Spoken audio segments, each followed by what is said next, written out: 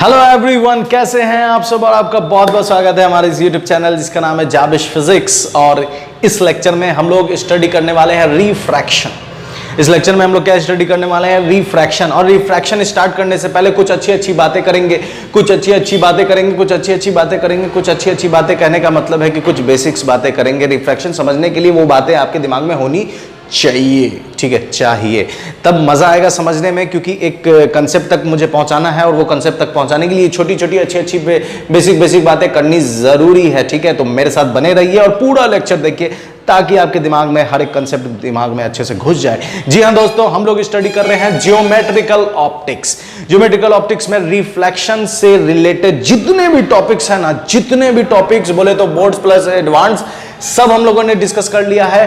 और रिफ्रैक्शन से जो भी हम लोग स्टडी करने वाले हैं या कर रहे हैं उन सारे लेक्चर्स का एक कंप्लीट प्लेलिस्ट बनाया, जिसका लिंक आपको डिस्क्रिप्शन बॉक्स में मिल जाएगा या फिर यहां आई बटन पर मिल जाएगा, तो जाकर आप देख सकते हैं और अपने नॉलेज को बढ़ा सकते हैं। इस लेक्चर में हम लोग छोटी छोटी अच्छी अच्छी बातें करने वाले हैं। देखिए क्या, सबसे पहले हम लोग क्या स्टार्ट कर रहे हैं? रिफ्रैक्शन। तो मैं रिफ्रैक्शन पर कुछ बेसिक्स बातें करना चाह रहा हूं ताकि आपके दिमाग के मगज में जाए और वो ऑसिलेट करके अपनी जगह बनाए। Refraction introduction. रिफ्रैक्शन कुछ बेसिक्स बातें रिफ्रैक्शन के लिए। रिफ्रैक्शन कुछ बेसिक बातें, कुछ बेसिक अच्छी बातें, अच्छी अब करूंगा तेरे साथ गंदी बात, गंदी अच्छी बात। ये हम लोग समझने वाले, ये आज का हमारा हेडिंग है। कुछ बेसिक अच्छी बात हम लोग करने वाले हैं। जरूरी है कि इसको अंडरलाइन कर दिया जाए, ठीक है। चलिए समझते हैं। अब यहां से हम लोग स्टार्ट क्या कर रहे हैं, समझिए। रिफ्रैक्शन कुछ अच्छी बातें क्या करने वाले हैं। सबसे पहले मैं आपको कुछ बताना चाह रहा हूं। सबसे पहले मैं वेव के बारे में बताना चाह रहा हूं। वेव, ठीक है। सबसे पहले मैं आपको बताऊंगा वेव क्या है, ठीक है। तो वेव क्या है समझिए। जैसे जैसे मैं आपको ले चल रहा हूं बस मेरे साथ चलते रहिए, ठीक है। वेव आपने पढ़ा होगा क्लास 11 के लास्ट चैप्टर में, पार्ट 2 का last chapter, sound wave, oscillation, SHM, वहां आपने वेव पढ़ा होगा। मैं उतना डिटेल में नहीं जा रहा हूं, मैं बस आपको कुछ बेसिक अच्छी बातें बता रहा हूं। वेव क्या है समझिए। ये वेव है, ठीक है। ये वेव है और इस वेव के पास क्या है? वेलोसिटी। इस वेव के पास क्या है? वेलोसिटी, ठीक है। बात समझ में आ रही है? इस वेव के पास है वेलोसिटी।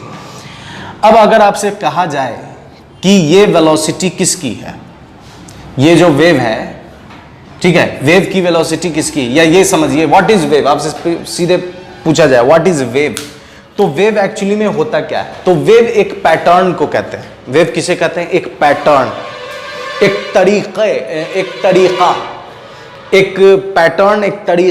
तरीका का नाम है वेव, ठीक है। इस पैटर्न में क्या होता है? एनर्जी ट्रांसफर होती है। क्या ट्रांसफर होती है? एनर्जी, ना कि पार्टिकल, ठीक है। कौन ट्रांसफर होती है? Energy. Wave is a pattern in which, या ये कह सकते हैं wave is a pattern of transferring energy. Energy के ट्रांसफर होने के एक पैटर्न को हम लोग वेव बोलते हैं। तो इसको लिख लेते हैं। वेव क्या है? इट इज ए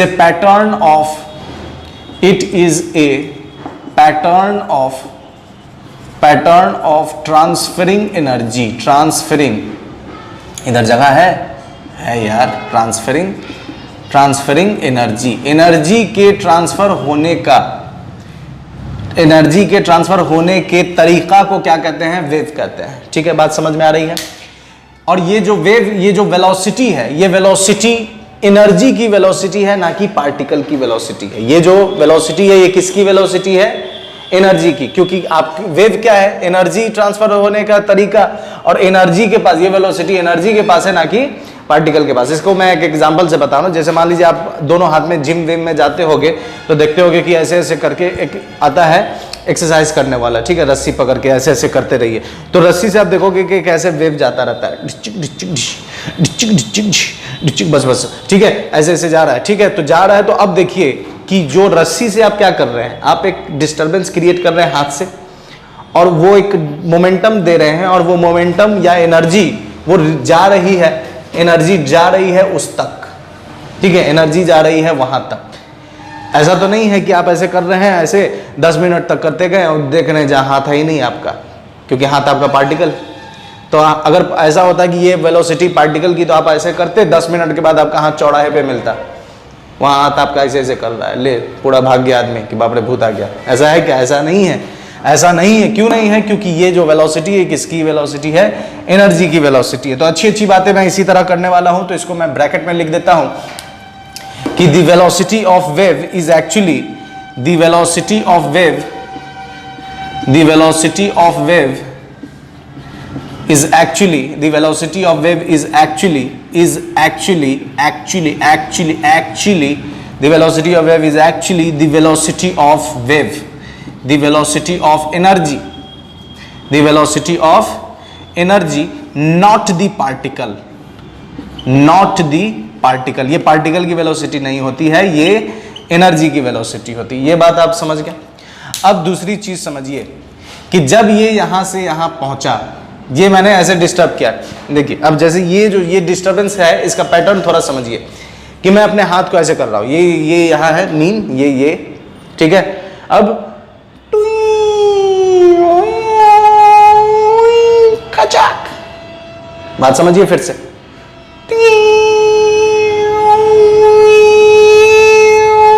खचाक, मतलब एक बार ऊपर गया, नीचे आया, ऊपर गया, मतलब कुछ ना कुछ तो टाइम लगा। मतलब भैया ये यहां से यहां पहुंचा है तो कुछ ना कुछ तो वक्त लगे मियां, तो कुछ ना कुछ वक्त लगे तो अपन उसको क्या बोलते हैं? Time period. क्या बोलते हैं? Time period.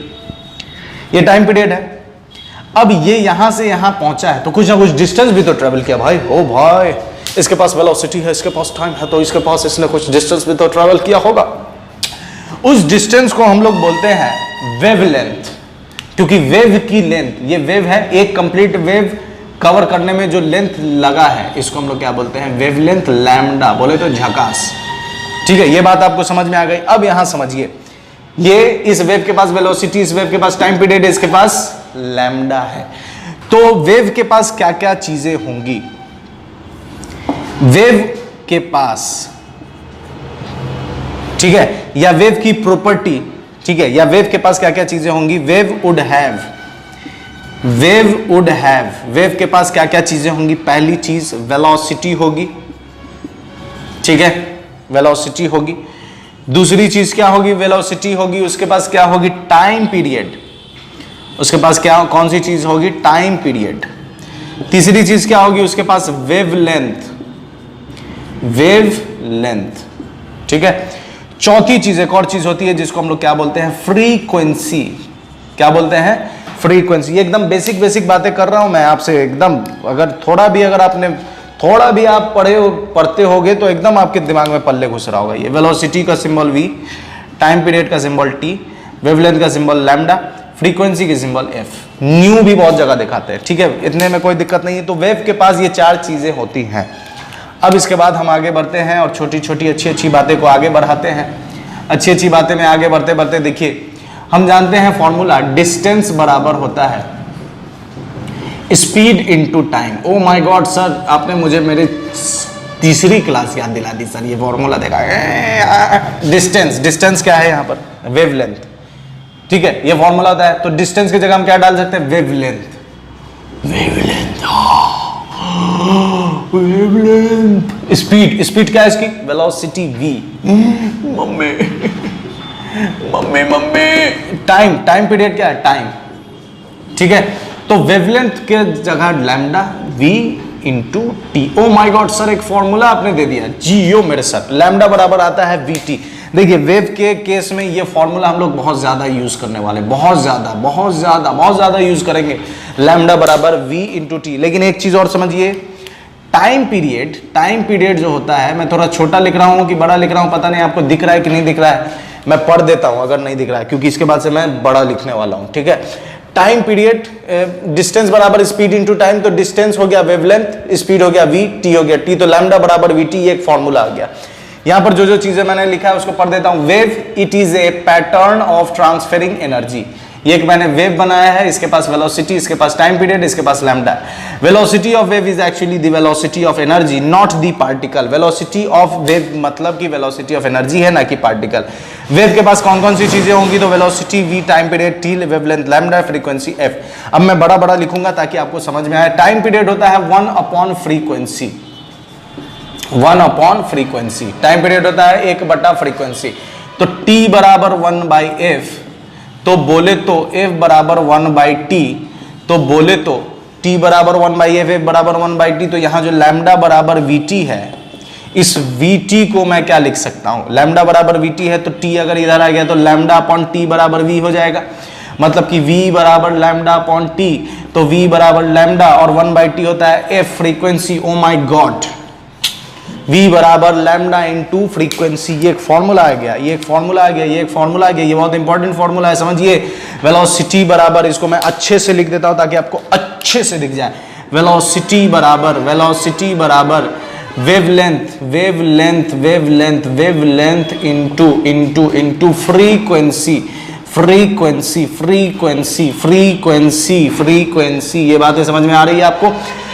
वेलोसिटी बराबर वेवलेंथ इनटू फ्रीक्वेंसी। मैंने स्टार्टिंग में ही कहा था कि मैं रिफ्रैक्शन से कुछ अच्छी अच्छी बेसिक बातें करने वाला हूं और यही मैं कर रहा हूं, ठीक है। वेलोसिटी बराबर वेवलेंथ इनटू फ्रीक्वेंसी। इतने में कोई दिक्कत नहीं है, कोई तकल्लुफ नहीं है, कोई परेशानी नहीं है, ये हम लोगों ने समझ लिया, ठीक है। अब यहां पर समझते हैं कि कौन किस किस चीज को डिपेंड करता है, ठीक है। अब यहां पर बात करते हैं लाइट की, ठीक है। इसको यहां घेराबंदी कर देते हैं। घेराबंदी जरूरी है क्योंकि अच्छी अच्छी बातें कर रहा है तो घेर घार करना जरूरी है। ये हमने इतना घेराव कर दिया। अब यहां समझते हैं अच्छी अच्छी बातें में। अच्छी अच्छी बातें क्या क्या है, इसको थोड़ा इम्प्लाइज डेट दे देते हैं, नहीं तो मैथ्स बुरा मान जाएगा। इम्प्लाइज डेट, यहाँ भी इम्प्लाइज डेट दे दीजिए, यहाँ भी इम्प्लाइज डेट दे दीजिए, नहीं तो मैथ्स बुरा मान जाता है, ठीक है। अब इतने के बाद मैं थोड़ा चेक कर लूँ रिकॉर्डिंग ऑन है कि नहीं जी, ठीक है। गंदी गंदी बात नहीं, अच्छी अच्छी बात हम लोग कर रहे हैं। वेव के टाइप समझिए, ठीक है। वेव के 2 टाइप्स होते हैं, वेव।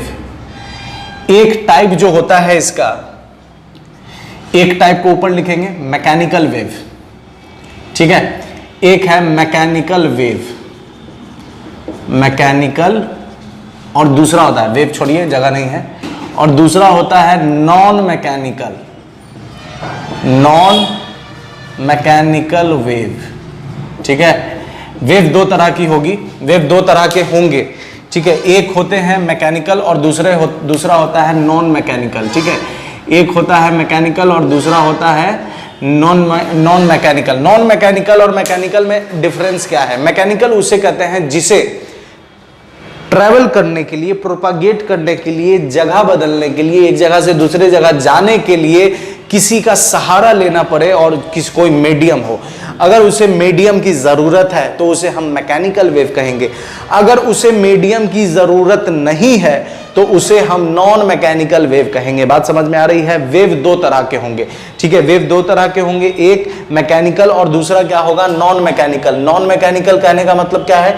जिसको मीडियम की जरूरत नहीं है, वो जा सकता है कहीं भी, लेकिन मैकेनिकल जिसे मीडियम की जरूरत है। अब कहेगा सर एग्जांपल बता देते तो बड़ा अच्छा रहता, तो सुनिए ना example. Oh my God, mechanical wave is sound. इसका एग्जांपल क्या लिख सकते हैं? इसका एग्जांपल लिख सकते हैं, इसका एग्जांपल लिख सकते हैं साउंड। मैकेनिकल वेव का एग्जांपल लिख सकते हैं sound wave, sound wave, sound wave, ठीक है। साउंड वेव आप क्या लिख सकते हैं मैकेनिकल वेव में?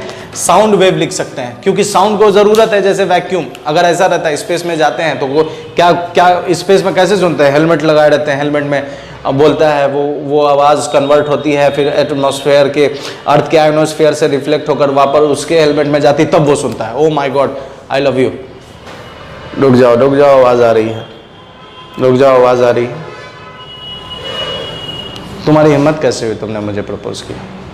ये सीन होता है यार, ये सीन होता है वहाँ स्पेस में। बात समझ में आ रही है कि यहाँ बोल दिया, अब वो अगला इंतजार कर रहा है। क्यों? क्योंकि आवाज़ वहाँ से गई, वहाँ आयनोस्फेयर से रिफ्लेक्ट हो गई, तो वक्त लग रहा है आने में, तब तक वो इंतजार, ठीक है।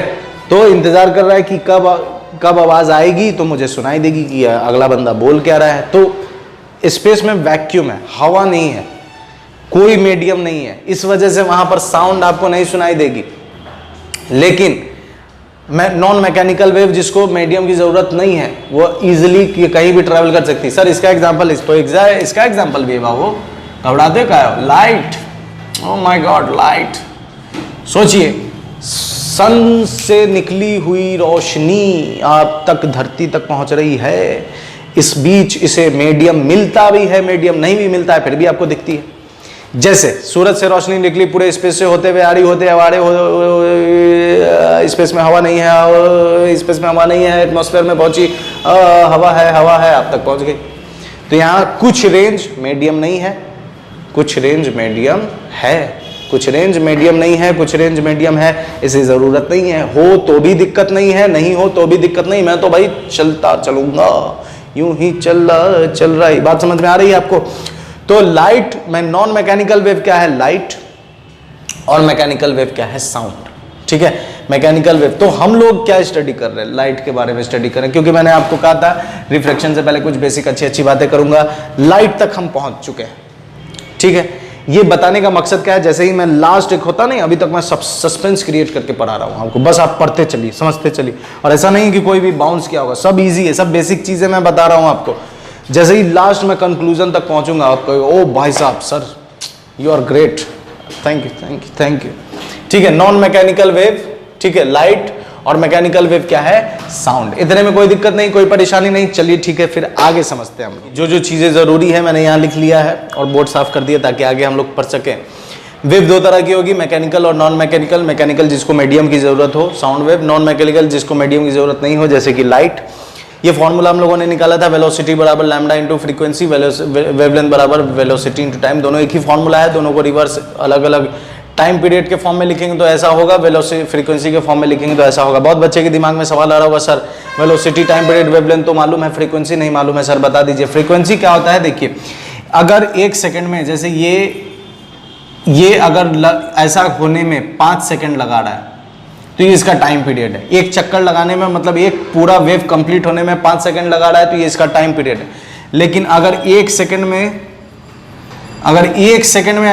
ऐसा मतलब कि ये 1 2 3 4, मान लीजिए एक सेकंड में ये इतना बार होता है, तो इसको हम लोग इसकी फ्रीक्वेंसी कहेंगे। मतलब जितना वक्त लगाए वो उसका टाइम पीरियड, जितना वक्त लगाए वो उसका टाइम पीरियड। लेकिन जब हम एक सेकंड में देखेंगे कि ऐसा ऐसा कितना दफा हो रहा है, इसको हम लोग क्या कहेंगे? इसकी फ्रीक्वेंसी कहेंगे। जैसे एक पेंडुलम है, ठीक है, ये पेंडुलम है।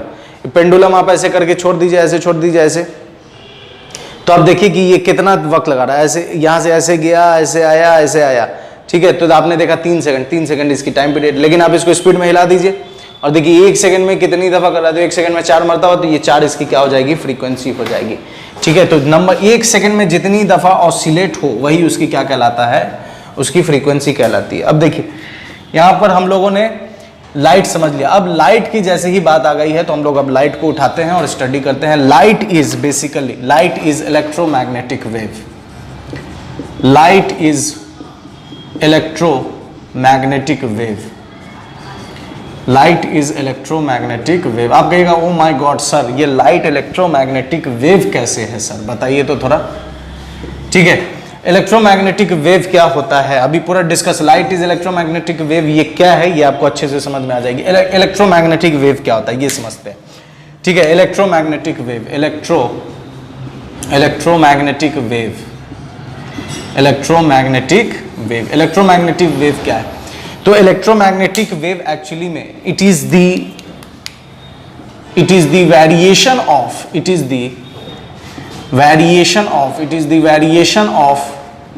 ठीक है, it is the variation of electric field. ठीक है, it is the variation of electric field and magnetic field, electric field and magnetic field. ठीक है, मैग्नेटिक फील्ड का सिंबल होता है B और इलेक्ट्रिक फील्ड का सिंबल होता है E। ये आपने चैप्टर 1 इलेक्ट्रिक फील्ड को पढ़ा होगा चैप्टर 1 में, और मैग्नेटिक फील्ड को पढ़ा होगा चैप्टर 4 में, क्लास 12। चैप्टर 1 में इलेक्ट्रिक फील्ड पढ़ा होगा और मैग्नेटिक फील्ड पढ़ा होगा चैप्टर 4 में। Electric field E vector, magnetic field B vector. Variation of electric field E vector and magnetic field mutually perpendicularly,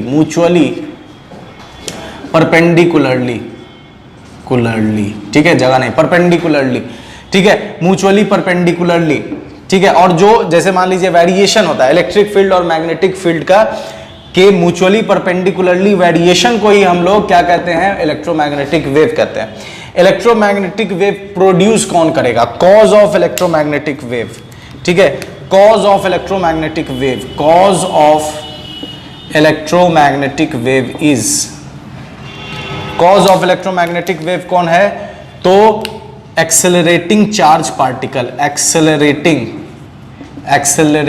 charged particle, accelerating charged particle, जो charge particle होते हैं वो जैसे इलेक्ट्रॉन प्रोटॉन अगर ये सब एक्सेलरेट कर रहा है तो ये क्या पैदा करेगा, इलेक्ट्रोमैग्नेटिक वेव। मतलब एक्सेलरेटिंग चार्ज पार्टिकल प्रोड्यूसेस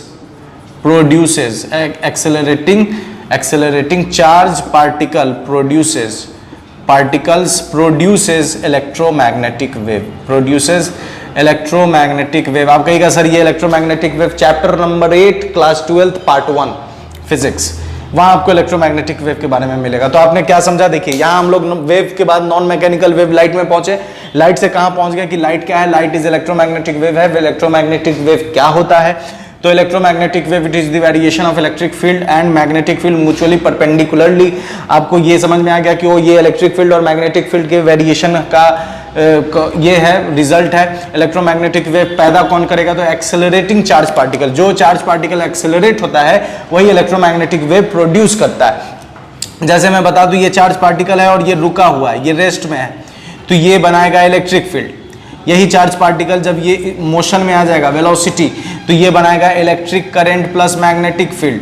लेकिन जब ये चार्ज एक्सेलरेट करेगा तब ये बनाएगा इलेक्ट्रोमैग्नेटिक वेव, ठीक है। तो रेस्ट वाला चार्ज आपने इलेक्ट्रिक फील्ड पढ़ा होगा चैप्टर 1 में, मोशन चार्ज इन मोशन आपने पढ़ा होगा चैप्टर 3 करंट इलेक्ट्रिसिटी में, और उसी का magnetic effect of electric current पढ़ा होगा आपने चैप्टर 4 में। ये वही है इलेक्ट्रोमैग्नेटिक वेव। रुका हुआ चार्ज इलेक्ट्रिक फील्ड क्रिएट करता है, मूविंग चार्ज मैग्नेटिक फील्ड और इलेक्ट्रिक फील्ड क्रिएट करता है, और accelerated charge electromagnetic wave create करता है, ठीक है। इतने में कोई दिक्कत नहीं है। अब हम लोग आगे बढ़ते हैं, अच्छी बातें कर रहे हैं। तो अच्छी बातें करने के बाद अब देखिए एक्सेलरेटिंग चार्ज हो गया इलेक्ट्रोमैग्नेटिक, इसको फिगर बना देते हैं। देखिए ये जैसे कि ये इलेक्ट्रिक फील्ड है, ठीक है, ये इलेक्ट्रिक फील्ड ई वेक्टर, ठीक है। उसके बाद ये मैग्नेटिक फील्ड, ये मैग्नेटिक फील्ड बी वेक्टर, ठीक है। और ये इसका प्रोपागेशन है, ये प्रोपागेशन है वेलोसिटी, ये इलेक्ट्रोमैग्नेटिक वेव। ये सब एक दूसरे पे 90 डिग्री है, सब एक दूसरे पे 90 डिग्री है, सब एक दूसरे पे 90 डिग्री, देखिए सब एक दूसरे पे 90 डिग्री है। ये इस पर 90 डिग्री है, ठीक है। उसके बाद ये इस पर 90 डिग्री है, और इसको भी मैं बना देता हूं ब्लैक से, ये इस पर 90 डिग्री, सब एक दूसरे पर क्या है 90 डिग्री है। तो ये पूरा कंप्लीट है इलेक्ट्रोमैग्नेटिक वेव को अगर सिंबल में दिखाना, तो ये इलेक्ट्रिक फील्ड मैग्नेटिक फील्ड दोनों म्यूचुअली वेरी कर रहा है, और वेलोसिटी इधर है। इसको मैं एक बार बता के दिखा सकता हूं, जैसे देखिए ये इलेक्ट्रिक फील्ड है, ठीक है, ये मैग्नेटिक फील्ड है, और ये मेरा मुंह इधर वेलोसिटी, मेरी वेलोसिटी। तो देखिए ये कैसे जाएगा, बात समझ में आ रही है, यही है इलेक्ट्रिक। ये इलेक्ट्रिक फील्ड वेरी कर रहा है, ये मैग्नेटिक फील्ड वेरी कर रहा है, ये मैग्नेटिक फील्ड वेरी कर रहा है, और मैं इधर प्रोपगेट कर रहा हूं। बात समझ में आ रही है, मशक्कली नहीं कर रहा हूं मैं, ठीक है। देखिए बात समझिए, ठीक है। इलेक्ट्रोमैग्नेटिक वेव, ये इतनी बातें आपको समझ में आ गई होगी। अब देखिए यहां के बाद मैं बात कर रहा हूं इलेक्ट्रोमैग्नेटिक स्पेक्ट्रम की। Electromagnetic spectrum, electromagnetic spectrum, electromagnetic spectrum क्या होता है, बात समझिए। इलेक्ट्रोमैग्नेटिक स्पेक्ट्रम कहने का मतलब है कि जब एक वेव है, वेव के पास कौन कौन सी चीजें, velocity, time period, wavelength, frequency. तो वेवलेंथ के बेसिस पर, ठीक है, वेवलेंथ के बेसिस पर, ठीक है, जितने भी वेव्स होंगे, जितने भी इलेक्ट्रोमैग्नेटिक वेव्स हैं नेचर में, जितने भी, उन सारे इलेक्ट्रोमैग्नेटिक वेव के वेवलेंथ को क्लासिफाई किया गया। क्या किया गया, क्लासिफाई किया गया। क्लासिफाई करने के बाद, उनके बिहेवियर को देखने के बाद, उनके नेचर को समझने के बाद, उनको एक पैटर्न में अरेंज किया गया, उनको क्लासिफाई किया गया। उसी क्लासिफिकेशन को हम लोग क्या कहते हैं, इलेक्ट्रोमैग्नेटिक स्पेक्ट्रम। तो इसको लिख सकते हैं, it is the classification of, it is the It is the classification of electromagnetic wave on the basis of wavelength and frequency. On the basis of wavelength and frequency. ठीक है, बात समझिए. ये क्या है? फ्रीक्वेंसी. जैसे आप स्कूल में पढ़ते हैं ना 1 क्लास 2 क्लास, तो वहाँ आप क्या कर सकते हैं? 1 क्लास का स्टूडेंट उस लेवल का है इसलिए उसको 1 में रखा गया, 2 का 2 के लेवल में, 3 का 3 के लेवल में, 4 तो 10वें के तक है. तो इस तरह से क्या है? इस तरह से उसके टैलेंट को, उसके नॉलेज गेन करने के एक्टिविटी को देखकर, नेचर को देखकर उसको क्लासिफाई किया गया 1 क्लास के स्टूडेंट को. उसी तरह इलेक्ट्रोमैग्नेटिक वेव के वेवलेंथ और फ्रीक्वेंसी को देखकर क्लासिफाई किया गया. ठीक है, उस क्लासिफिकेशन को ही हम लोग क्या कहते हैं? स्पेक्ट्रम. ठीक है, उस क्लासिफिकेशन को ही हम लोग क्या कहते हैं? स्पेक्ट्रम. अब वो इलेक्ट्रोमैग्नेटिक स्पेक्ट्रम के लिए मुझे थोड़ा जगह चाहिए होगा, इसलिए मैं एक घेराबंदी कर रहा हूं. ठीक है, इलेक्ट्रोमैग्नेटिक स्पेक्ट्रम में क्या क्या होता है समझिए. EM wave spectrum, electromagnetic spectrum. बात शुरू होती है, सबसे पहले आता है रेडियो वेव. ठीक है, मैं इसको थोड़ा अच्छे से लिखूंगा. इलेक्ट्रोमैग्नेटिक स्पेक्ट्रम में कौन कौन आता है? सबसे पहले आता है रेडियो वेव. ठीक है, रेडियो वेव. उसके बाद वेव को नीचे लिखते हैं. ठीक है, रेडियो वेव. उसके बाद आता है माइक्रोवेव. ठीक है, उसके बाद आता है माइक्रोवेव. Radio wave, microwave. उसके बाद आता है इंफ्रारेड. ठीक है, उसके बाद आता है विजिबल रेंज. ठीक है, विजिबल रेंज. उसके बाद आता है अल्ट्रा वायलेट. उसके बाद आता है एक्स रेज. उसके बाद आता है गामा रेज. ठीक है, ये जो infrared, radio wave, microwave, infrared, visible range में कौन कौन आता है? देखिए, ये जो विजिबल रेंज है, VIBGYOR, violet, indigo, blue, green, yellow और ऑरेंज, रेड, ये विबग्योर है. ये विजिबल रेंज है. विजिबल रेंज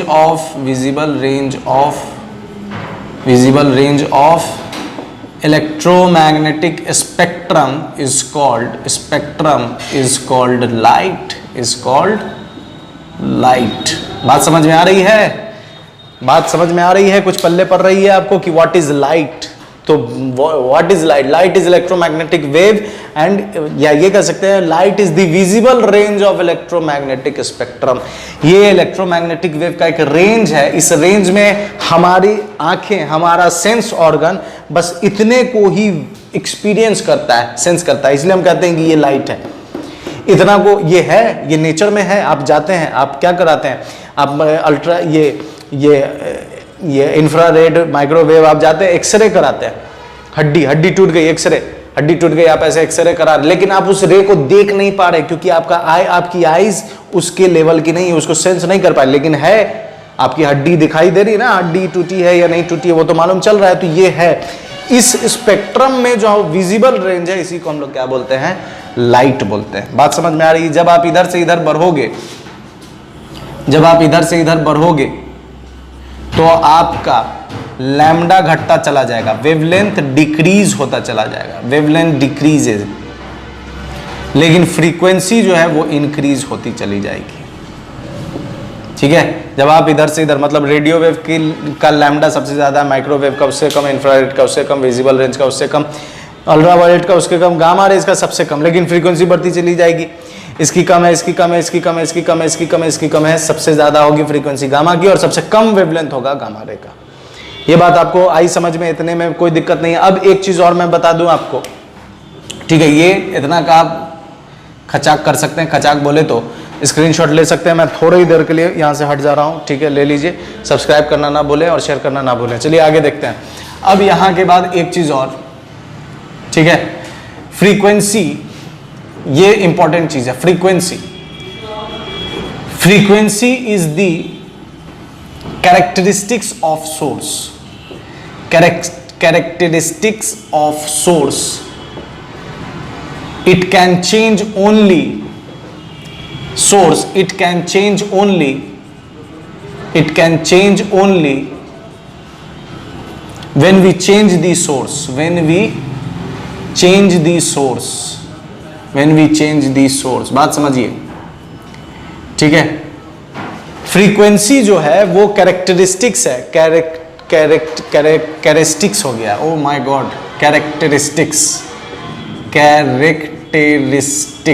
ठीक है। कैरेक्टरिस्टिक्स है किसका? सोर्स का। It can change only when we change the source and frequency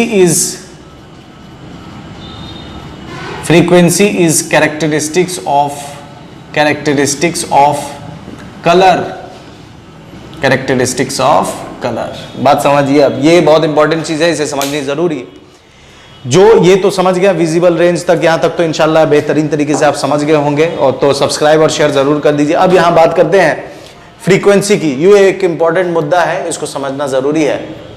आगे जब हम लोग रिफ्रैक्शन में मीडियम चेंज करेंगे तो वहां पर ऐसा सवाल आएगा, तो उससे पहले ही मैं आपको क्लियर कर दूं, फ्रीक्वेंसी वो कैरेक्टरिस्टिक्स है सोर्स का, मतलब फ्रीक्वेंसी सोर्स पर डिपेंड करता है, ठीक है, सोर्स पर डिपेंड करेगी। और फ्रीक्वेंसी किसके लिए डिफाइंड है या किसकी कैरेक्टरिस्टिक्स है? कलर की। मतलब अगर ग्रीन कलर की बल्ब है तो ग्रीन कलर की फ्रीक्वेंसी कुछ अलग होगी, रेड कलर की फ्रीक्वेंसी अलग होगी। जैसे इसका कहने का मतलब है कि जैसे अगर हम एक लाइट को, ठीक है, लाइट को रिलीज करते हैं, किसी मीडियम में ले जाते हैं, हवा से अगर हम पानी में ले गए, तो हवा से जब हम पानी में ले जाएंगे, तो इसको मैं डिटेल में आगे नेक्स्ट लेक्चर में पूरे बेहतरीन तरीके से किया हुआ है, आप जाकर देख सकते हैं। लेकिन पहले ये कंप्लीट कर लीजिए, उसके बाद वो जाकर देखिएगा, ठीक है। मैं अभी बस बता रहा हूँ, आगे इसको अच्छे से एक्सप्लेन किया गया। जैसे मान लीजिए कि अगर मैं किसी लाइट को ट्रैवल कराता हूँ एयर टू वाटर, तो जब मैं एयर टू वाटर ट्रैवल कराऊंगा तो उस लाइट की वेलोसिटी चेंज हो जाएगी, उस लाइट की वेलोसिटी चेंज हो जाएगी। हवा में कुछ होगी, पानी में कुछ होगी, उस लाइट का वेवलेंथ चेंज हो जाएगा। हवा में कुछ होगा, फ्रीक्वेंसी इसमें कुछ होगा, ठीक है, पानी में कुछ होगा, लेकिन फ्रीक्वेंसी चेंज नहीं होगी। कोई भी मीडियम से, कितना मीडियम में आप ट्रैवल करा दीजिए, उसकी फ्रीक्वेंसी चेंज नहीं होती है। क्यों नहीं चेंज होगी फ्रीक्वेंसी? क्योंकि फ्रीक्वेंसी किस पर डिपेंड करता है? सोर्स पर डिपेंड करता है। और फ्रीक्वेंसी किसके लिए डिफाइंड है? तो कलर के लिए डिफाइंड है, या कैरेक्टरिस्टिक्स है कलर का। तो अगर आप ग्रीन कलर के बल्ब से रोशनी निकालते हैं और उसको हवा से पानी में ले जाते हैं, तो वो कितना भी रिफ्रैक्शन हो जाए, कितनी भी मीडियम चेंज कर ले, वो कितना भी मीडियम चेंज कर ले, उसकी कलर चेंज नहीं होगी। वो उस वक्त भी ग्रीन था, हवा में भी ग्रीन है, पानी में भी ग्रीन है, फाइनली जब निकलेगा तो भी ग्रीन ही रहेगा, क्योंकि फ्रीक्वेंसी सोर्स पर डिपेंड करता है। आपने सोर्स में कोई बदलाव नहीं किया है। फ्रीक्वेंसी किस पर डिपेंड करता है? फ्रीक्वेंसी किसके लिए? कलर के लिए, और कोई कलर का चेंज नहीं हुआ, लेकिन वेलोसिटी उसकी चेंज होगी, वेवलेंथ उसका चेंज होगा। तो ये बेसिक चीज समझना जरूरी है, ठीक है। तो इतने में उम्मीद करते हैं कोई परेशानी नहीं रही होगी। इतने में अगर कोई भी माइनर भी चीज अगर आपको समझ में नहीं आया है, समझ में तो सब आया है, मैं बस आपके तो ऐसे ही बोल रहा हूं कि अगर आपको ऐसा लगता है कि कुछ रह गया है तो आप बेशक कमेंट कीजिए ना जाकर कमेंट बॉक्स में। अच्छी बातें का तो यहां पर सबसे पहले हम लोग वैक्यूम के लिए काम करते हैं। तो देखिए वैक्यूम, ठीक है, vacuum free space, vacuum free space या एयर, इन तीनों का मतलब एक ही होता है, इन तीनों का मतलब एक ही होता है, ठीक है। अब देखिए इसमें हम लोग बात कर रहे हैं स्पीड ऑफ लाइट, इसमें हम बात कर रहे हैं स्पीड ऑफ लाइट। आपको मालूम है स्पीड ऑफ लाइट को हम लोग दिखाते हैं सी से। किससे दिखाते हैं? सी से, जिसकी वैल्यू है 3 × 10⁸ मीटर पर सेकेंड, ठीक है, जिसकी वैल्यू क्या है? 3 × 10⁸ मीटर पर सेकेंड, ठीक है। अब इसके बाद देखिए, तो यहां पर जो C है, अच्छी बातें कर रहे हैं, ध्यान में रखिएगा, अच्छी कुछ बेसिक बातें कर रहे हैं हम लोग। जो C है, C = 1/√μ0ε0, आपके दिमाग में सवाल आएगा कि सर ये μ0ε0 क्या है? चैप्टर 1 और चैप्टर 4 की ही बात कर रहे हैं, इलेक्ट्रिक फील्ड और मैग्नेटिक फील्ड। इससे प्रीवियस लेक्चर में मैंने क्या कहा था कि लाइट इज इलेक्ट्रोमैग्नेटिक वेव, और इलेक्ट्रोमैग्नेटिक वेव क्या है? वैरिंग इलेक्ट्रिक फील्ड और magnetic field mutually perpendicularly, magnetic field और इलेक्ट्रिक फील्ड के वेरिएशन का ही को ही हम लोग इलेक्ट्रोमैग्नेटिक वेव कहते हैं। इसलिए यहां पर ये दोनों चीज इलेक्ट्रिक फील्ड और मैग्नेटिक फील्ड के लिए ही है। ε0 आपको चैप्टर 1 में मिलेगा, रिलेटिव ये इलेक्ट्रिक परमिटिविटी है, और म्यू नॉट चैप्टर 4 में मिलेगा, है ना, जाकर देख सकते हैं आप। म्यू नॉट जिसको बोलते हैं हम लोग परमिबिलिटी ऑफ मैग्नेटिक परमिबिलिटी, ठीक है। तो 1/, इसकी जब वैल्यू आप यहां डालोगे, म्यू नॉट एप्सिलॉन नॉट की वैल्यू डालोगे तो 3 × 10⁸ मीटर पर सेकेंड आपको रिजल्ट मिलेगा। म्यू नॉट और एप्सिलॉन नॉट की वैल्यू डालोगे, ठीक है। तो यहां पर म्यू नॉट क्या है लिख लेते हैं। म्यू नॉट एक्चुअली में है म्यू नॉट परमिएबिलिटी ऑफ, ठीक है, permeability of free space, air, vacuum, कुछ भी लिख सकते हैं। परमिएबिलिटी ऑफ एयर या vacuum, permeability of free space, permeability of free space. ये किसके लिए है? ये मैग्नेट के लिए, ठीक है। ये मैग्नेटिक बिहेवियर दिखाता है, permeability of free space, mu naught की वैल्यू क्या होगी, ठीक है। यहां मैग्नेट लिख देते हैं, मैग्नेट। म्यू नॉट की वैल्यू क्या होगी? तो म्यू नॉट की वैल्यू होती है, mu naught is equal to होता है 10⁻⁷ × 4π। ये म्यू नॉट की वैल्यू है, ठीक है। म्यू नॉट बराबर 10⁻⁷ × 4π, ये वैल्यू है, आपको मिला होगा चैप्टर 4 में और चैप्टर 1 में। उसके बाद बात करते हैं एप्सिलॉन नॉट, ठीक है। एप्सिलॉन नॉट क्या है? तो एप्सिलॉन नॉट है electrical permittivity of free space. Permittivity, देखिए परमिटिविटी और परमिएबिलिटी में डिफरेंस है। परमिटिविटी ऑफ फ्री स्पेस, दोनों में कंफ्यूज नहीं होना है। वीटी, ठीक है, टीवीटी इलेक्ट्रिक है और बिलिटी मैग्नेट है, फ्री स्पेस। एप्सिलॉन नॉट का वैल्यू क्या होता है? ये इलेक्ट्रिक यहां लिख दिया है। एप्सिलॉन नॉट का वैल्यू होता है 8.85 × 10⁻⁻11, ठीक है। 8.85 × 10⁻⁻11। जब आप इन दोनों वैल्यू को यहां डालकर सॉल्व करोगे तो ये रिजल्ट मिलेगा। ये आपको कहां मिला होगा? ये मैं बता दे रहा हूं, चैप्टर 1 में, ठीक है। म्यू नॉट चैप्टर 1 में मिला होगा, एप्सिलॉन नॉट चैप्टर, ठीक है, चैप्टर 4 में मिला होगा। अगर आपने नहीं देखा है तो चैप्टर 1 और चैप्टर 4 भी मैंने बताया हुआ है। तो इन दोनों चैप्टर का की प्लेलिस्ट का लिंक आपको डिस्क्रिप्शन में बॉक्स में मिल जाएगा, तो आप जाकर देख सकते हैं चैप्टर 4 और चैप्टर 1। यहां म्यू नॉट और एप्सिलॉन नॉट क्या होता है डिटेल में बताया गया है, ठीक है। तो म्यू नॉट और एप्सिलॉन नॉट, तो mu not permeability of free space है, एप्सिलॉन नॉट इलेक्ट्रिकल परमिटिविटी है, ठीक है। ये सब हम लोग काम कर रहे हैं कहां? वैक्यूम, फ्री स्पेस, एयर, ठीक है। अब हम बात करते हैं कि अगर इसको घेराबंदी कर देते हैं या यहाँ काम करते हैं, यहाँ हेडिंग दे रहे हैं, ठीक है। यहाँ अब हम हेडिंग देते हैं, ये हो गया हमारा वैक्यूम के लिए, ठीक है। ये हो गया हमारा वैक्यूम के लिए, ठीक है, वैक्यूम के लिए हो गया। अब देखिए, अब हम बात कर रहे हैं, ठीक है, अब हम बात कर रहे हैं मीडियम के लिए, फॉर मीडियम, ठीक है, फॉर मीडियम, ठीक है, किसी भी medium, for medium accept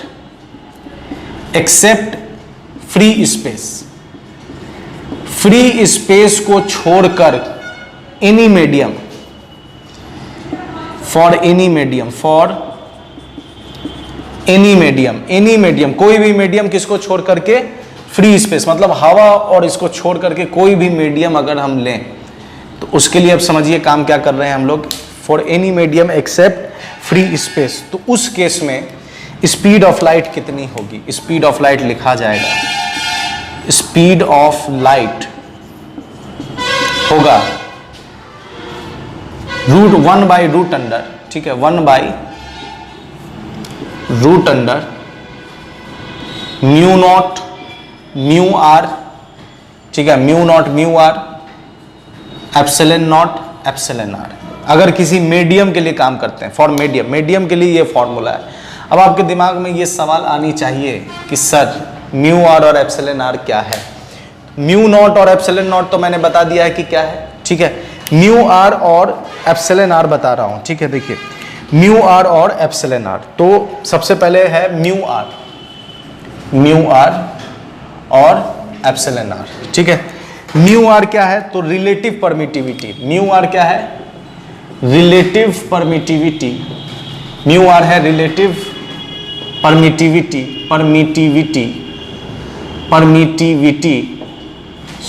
permittivity नहीं, मैग्नेट के लिए परमिबिलिटी यूज करते हैं, permeability, permeability of, relative permeability of medium, कोई भी मीडियम हो सकता है, ठीक है। और एप्सिलॉन आर क्या है? तो एप्सिलॉन आर है relative permittivity of medium, permittivity of medium. याद रखिए म्यू आर मैग्नेट के लिए है, ठीक है, और ये इलेक्ट्रिक के लिए है, ठीक है, इलेक्ट्रिक के लिए, ठीक है, म्यू आर और एप्सिलॉन आर। ये अब आप कहिएगा कि सर ये कहां मिलेगा, तो ये भी आपको मिल जाएगा चैप्टर 4 और चैप्टर 1 और चैप्टर 4 में, ठीक है। चैप्टर 1 और चैप्टर 4 में है म्यू आर और एप्सिलॉन आर। आप जाकर देख सकते हैं, प्लेलिस्ट में पूरा लिंक दिया हुआ है, वहां पर आप इजीली ढूंढ सकते हैं, या फिर इन सब के आई बटन पर चारों मिल जाएगा आपको, ठीक है। आई बटन क्लिक करोगे, आई बटन पर चारों मिल जाएगा, फटाक से देखकर आ सकते हो, म्यू आर और एप्सिलॉन आर। तो जब हवा की बात करेंगे तब ये फॉर्मूला है जिसकी वैल्यू इतनी है, जब मीडियम की बात करेंगे तब ये फॉर्मूला है, ठीक है। इसकी वैल्यू चेंज होती जाएगी क्योंकि मीडियम चेंज होता चला जाएगा, ठीक है। अब इसको थोड़ा और अच्छे से लिखें तो क्या लिख सकते हैं, C speed of light in medium, यहां स्पीड ऑफ लाइट है एयर में या मीडियम, इन मीडियम, तो C M, C for speed of light, M for medium. क्या होगा फॉर्मूला, 1/√अंडर mu naught mu R epsilon naught epsilon R. तो C M बराबर 1/, अब देखिए म्यू नॉट, इसको हम ऐसे लिख सकते हैं 1/म्यू naught epsilon naught into mu epsilon R mu R, ऐसा तो लिख सकते हैं, ठीक है। तो 1/म्यू नॉट एप्सिलॉन नॉट, 1/म्यू नॉट एप्सिलॉन नॉट क्या होता है, सी। तो इतना की जगह हम लिख सकते हैं CM/C अपॉन√अंडर म्यू आर एप्सिलॉन आर, ये हमने लिख दिया, ठीक है। बात समझिए, ये हमने लिख दिया, CM बराबर C अपॉन√अंडर म्यू आर और एप्सिलॉन आर, ठीक है। अब इसके बाद देखिए यहां जो म्यू आर है वेयर, अब ये जो बच गया वेयर 1/म्यू आर एप्सिलॉन आर, ठीक है, वेयर 1/म्यू आर एप्सिलॉन आर इज, यही क्या है, रिफ्रैक्टिव इंडेक्स, यही क्या है, रिफ्रैक्टिव इंडेक्स। रिफ्रैक्टिव इंडेक्स आपने सुना होगा चैप्टर, जब आप 10th में पढ़े होगे, लाइट चैप्टर हल्का भी अगर दिमाग में होगा तो आपने रिफ्रैक्टिव इंडेक्स के बारे में बात करी होगी, सुनी होगी, रिफ्रैक्टिव इंडेक्स, स्नेल्स लॉ। तो ये जो 1/म्यू आर एप्सिलॉन आर आया है, इसी को हम लोग रिफ्रैक्टिव इंडेक्स कहते हैं।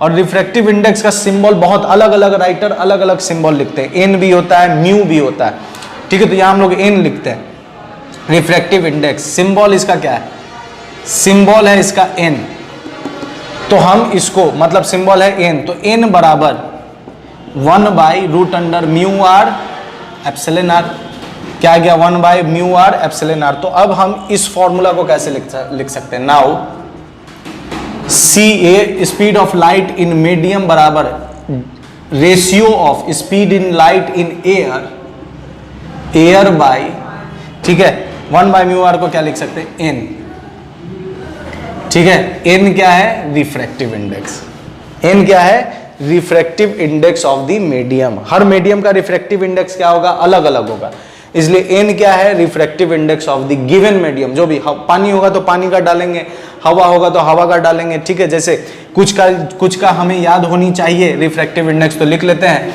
N is refractive index of given medium, ठीक है। जैसे अगर हम रिफ्रैक्टिव इंडेक्स की बात करें तो रिफ्रैक्टिव इंडेक्स देखिए किसका कितना होता है। अगर हम एयर की बात करें तो एयर का रिफ्रैक्टिव इंडेक्स फॉर एयर, ठीक है, फॉर एयर एन का वैल्यू होता है 1, ठीक है, फॉर एयर एन का वैल्यू होता है 1। फॉर वाटर होता है एन बराबर 4/3, ठीक है, 4/3। उसके बाद ग्लास, फॉर ग्लास 1.5, ठीक है, 1.5। उसके बाद डायमंड, फॉर डायमंड होता है 2.42, ठीक है, तो ये रिफ्रैक्टिव इंडेक्स है जो हमें याद होनी चाहिए, क्योंकि ये बहुत ज़्यादा यूज में आता है।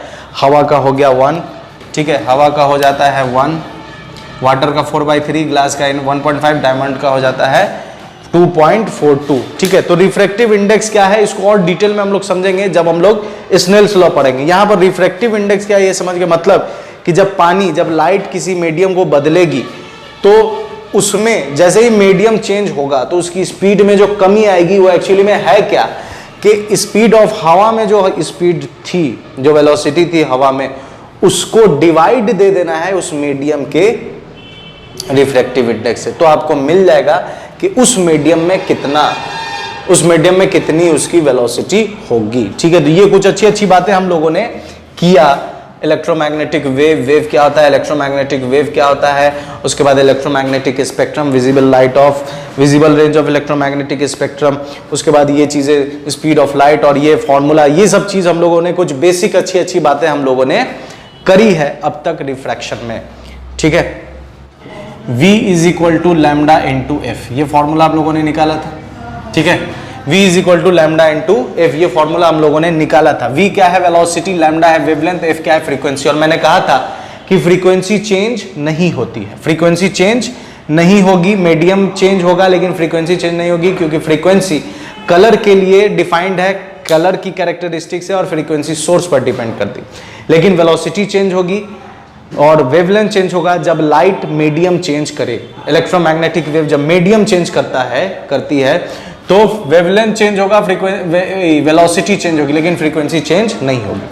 अब देखिए, एक फॉर्मूला ये आ गया हमारे पास, दूसरा फॉर्मूला हमारे पास है Cm बराबर C एयर बाई N। ठीक है, ये फॉर्मूला, दो फॉर्मूला है। अब समझिए यहाँ पर, अगर हम मीडियम 1 के लिए काम करें, फॉर मीडियम 1, अगर हम मीडियम 1 के लिए काम करते हैं तो ये हो जाएगा V1 बराबर लैम्डा 1 इंटू एफ। ठीक है, V1 बराबर लैम्डा 1 इंटू एफ, क्योंकि एफ चेंज नहीं होगा, याद रखिए, फ्रीक्वेंसी चेंज नहीं होगी।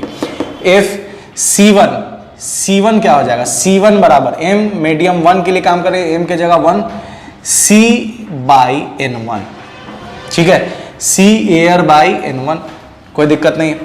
अगर हम मीडियम 2 के लिए काम करें, फॉर मीडियम 2, तो V2 बराबर कितना हो जाएगा, लैम्डा 2 इंटू एफ, क्योंकि फ्रीक्वेंसी चेंज नहीं होती है, याद रखिए, मैंने पिछले लेक्चर में बताया है, एफ और एफ चेंज नहीं हुआ। C2 कितना हो जाएगा, C एयर बाई N2, कोई दिक्कत इसमें।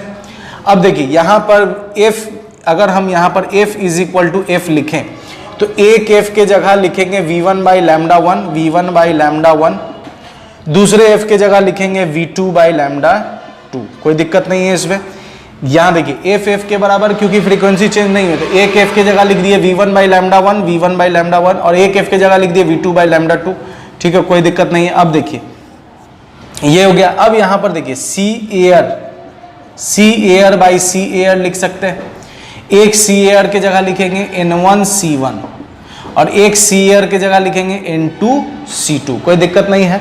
अब देखिए इसको हम क्या कर सकते हैं, तो C1, C एक्चुअली में क्या है, वेलोसिटी। C क्या है यहाँ पर, C वेलोसिटी का सिंबल है। C क्या है, वेलोसिटी। C जो है वो वेलोसिटी को दिखा रहा है।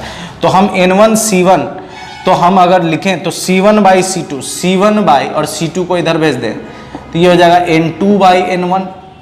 ठीक है, अब हम देखिए मीडियम 1 में वेलोसिटी निकाल लिए, मीडियम 1 की वेलोसिटी निकाल ली, मीडियम 2 की वेलोसिटी निकालिए, मीडियम 2 की वेलोसिटी। तो ये C1 C2 एक्चुअली में क्या है, V1 और V2 ही है, लेकिन सिंबल हमने अलग, C स्पीड के लिए C भी है और V भी है, दोनों सिंबल एक ही। अब इस दोनों से देखिए, इसको अगर हम और आगे तोड़ें तो क्या मिलेगा, देखिए इसको अगर हम और तोड़ें और रेसिप्रोकल करें इसको, तो V1 और ये V2 नीचे आ जाएगा, V2 बराबर लैम्डा 1 ऊपर चला जाएगा तो लैम्डा 1 बाई लैम्डा 2। अब देखिए यहाँ V1 बाई V2 बराबर लैम्डा 1 बाई लैम्डा 2 है और यहाँ V1 बाई V2 बराबर N2 बाई N1 है। तो दोनों को अगर हम देखें तो V1 बाई V2, तो फाइनल रिजल्ट हमें क्या मिलेगा, V1 बाई V2। ठीक है, V1 बाई V2 बराबर हो जाएगा lambda 1 by lambda 2, lambda 1 by lambda 2 बराबर हो जाएगा N2 by N1, N2 by N1। ये रिजल्ट तक पहुंचना था। बात समझ में आ रही है। ये दो मीडियम के रेशियो को रेशियो का रिलेशन है कि v1 बाई v2 बराबर होगा λ1 बाई λ2, लेकिन बराबर होगा n2 by n1, n2 by n1। कोई दिक्कत नहीं है इसमें। अब बात समझते हैं, ठीक है, रिफ्रैक्शन। अब बात समझते हैं हम लोग रिफ्रैक्शन पर। अब एक्चुअली जो हमारा मुद्दा है उसको अब पहुंचते हैं। ये कुछ अच्छी अच्छी बातें कर लिए। अब देखिए, आपको पता है कि ये मीडियम 1 है, ये मीडियम 2 है, और इसको हम लोग बोलते हैं इंटरफेस। ये इसको हम लोग बोलते हैं इंटरफेस। इंटरफेस कहने का मतलब क्या है? इंटरफेस कहने का मतलब है कि ऊपर हवा है, नीचे मान लीजिए पानी है। तो ये पानी की सतह, ये पानी की सतह है, मतलब वो बाउंड्री, वो बॉर्डर, वो सरफेस जो मीडियम को सेपरेट करे। इससे ऊपर हवा है, इससे नीचे पानी, इसलिए इसको क्या कहते हैं? इंटरफेस। क्या बोलेंगे? इंटरफेस। अब देखिए, जैसे ही लाइट रे यहां आएगी, लाइट रे जैसे ही यहां आएगी, लाइट रे ऐसे आई, ठीक है, ये इंसिडेंट लाइट रे, इंसिडेंट लाइट रे, इंसिडेंट रे, ठीक है। अब जैसे ही यहां पर स्ट्राइक हुई तो 3 चीजें होती है, मैंने आपको बताया है 3 चीजें होंगी। क्या क्या चीजें होंगी? ये रिफ्लेक्ट कर जाएगी, रिफ्लेक्शन भी होगा, ठीक है, रिफ्लेक्शन भी होगा। और यहां पर अगर हम नॉर्मल ड्रॉ कर दें, ठीक है, नॉर्मल ड्रॉ कर दें, तो इसको जाना चाहिए था इधर, लेकिन ये इधर ना जाकर इधर जाएगी। इसको हम लोग बोलते हैं रिफ्लेक्शन। क्या बोलते हैं? रिफ्लेक्शन। इसको क्या बोलते हैं? रिफ्रैक्शन। इसको क्या बोलते हैं? रिफ्रैक्शन। और यहां पर कुछ एब्जॉर्ब भी हो जाएगा। तो जब सरफेस पर कोई भी लाइट रे स्ट्राइक करती है तो वहां पर 3 चीजें होंगी, रिफ्लेक्शन, रिफ्रैक्शन और एब्जॉर्प्शन। ये बात समझ गए?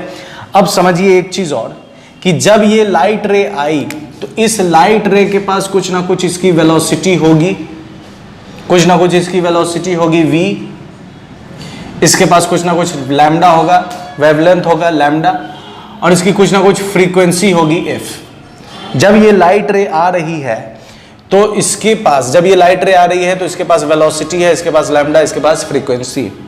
जब ये रिफ्लेक्ट होकर जाएगी तो इसकी ना तो वेलोसिटी चेंज होने वाली है, ना ही लैम्डा चेंज होने वाला है, और ना ही फ्रीक्वेंसी चेंज होने वाली। मतलब रिफ्लेक्शन में कोई बदलाव नहीं होगा, कोई बदलाव नहीं होगा। जो वेलोसिटी से आई है उसी वेलोसिटी से जाएगी, जितना वेवलेंथ है उतना ही वेवलेंथ से जाएगी, जितनी फ्रीक्वेंसी है उतनी ही फ्रीक्वेंसी से जाएगी। लेकिन रिफ्रैक्शन में देखें, रिफ्रैक्शन में देखें, इसकी वेलोसिटी चेंज हो जाएगी, v डैश, वेलोसिटी चेंज हो जाएगी क्योंकि मीडियम चेंज हुआ।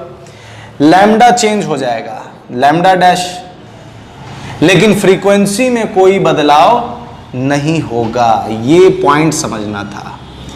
इसमें 1 नंबर का क्वेश्चन पूछता है, बोर्ड में भी और नीट में भी पूछे हुआ है, कि when a light ray changes its medium which quantity remains constant। चार ऑप्शन दे देगा, velocity, wavelength, frequency, time period, कुछ भी ऐसा करके, none of these, all of these, ऐसा करके ऑप्शन दे देगा। तो आपको समझना है फ्रीक्वेंसी में कोई बदलाव नहीं होता है, क्योंकि फ्रीक्वेंसी किसके लिए है? लाइट के लिए है, लाइट के कलर के लिए है, और ये सोर्स पर डिपेंड करता है। मीडियम पर कौन कौन डिपेंड करेगा? वेलोसिटी और लैम्डा। तो जब इसमें v लैम्डा f है, इसमें भी वही है v लैम्डा f, लेकिन जब मीडियम चेंज हुआ तो v से v डैश, लैम्डा से लैम्डा डैश, लेकिन फ्रीक्वेंसी में कोई चेंज नहीं है। तो इतने में उम्मीद करते हैं कोई दिक्कत नहीं आई होगी, इत्तू सा भी एकदम परेशानी नहीं होगी, बेहतरीन तरीके से समझ में आया होगा। अब इसके बाद वाले लेक्चर में हम लोग समझेंगे refraction, laws of reflection, Snell's law, ठीक है, उसके बाद एपरेंट डेप्थ, ठीक है, बहुत सारी बेसिक चीज़ें रिफ्रैक्शन से, मतलब कि स्नेल्स लॉ से रिलेटेड बहुत सारी चीज़ें हम लोग स्टडी करने वाले हैं इसके बाद। तो इन सारे लेक्चर्स का एक कंप्लीट प्लेलिस्ट बना है, जिसका लिंक आपको डिस्क्रिप्शन बॉक्स में मिल जाएगा या फिर यहाँ आई बटन पर मिल जाएगा। तो आप जाकर देख सकते हैं और अपने नॉलेज को बढ़ा सकते हैं। मेरे साथ बने रहने के लिए बहुत बहुत शुक्रिया। अपना ख्याल रखें। गुड बाय एंड खुदा हाफिज़।